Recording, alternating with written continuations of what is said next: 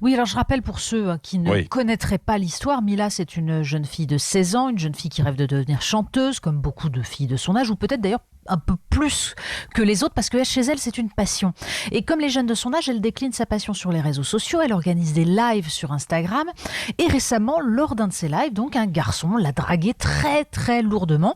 Elle l'a repoussé poliment, le garçon l'a mal pris, il s'est mis à l'insulter, l'a traité de sale française, de sale lesbienne, parce qu'elle affiche un drapeau arc-en-ciel sur son profil. Sauf que Mila ne s'est pas laissée faire, donc elle a répondu vertement, et du coup le garçon a rameuté ses copains pour l'insulter copieusement. Alors ils en se réclamant évidemment de leur religion.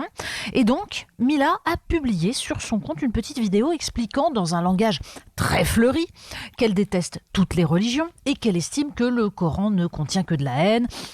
Elle a ajouté quelques considérations pas très amènes sur Dieu. Bref, elle s'est lâchée. Résultat, un déferlement d'insultes et de menaces de mort.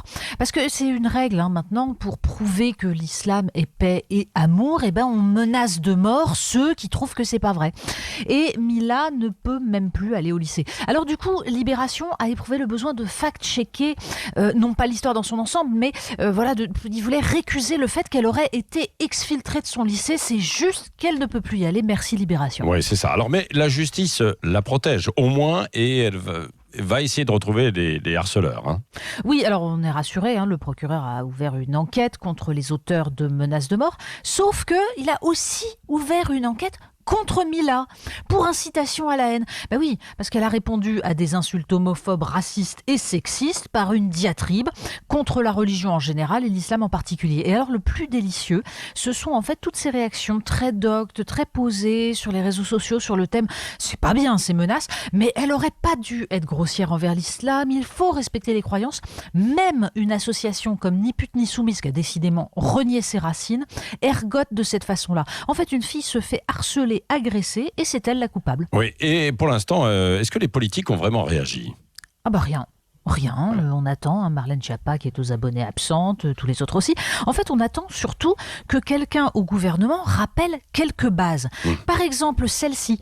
Ce n'est pas que le blasphème est autorisé en France. C'est que le blasphème, ça n'existe pas en France.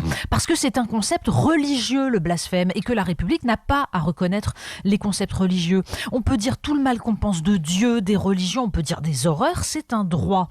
Et quand un humoriste de France Inter chante des horreurs sur Jésus, il a aussi le droit, même si on peut dire qu'il prend un peu moins de risques que Mila.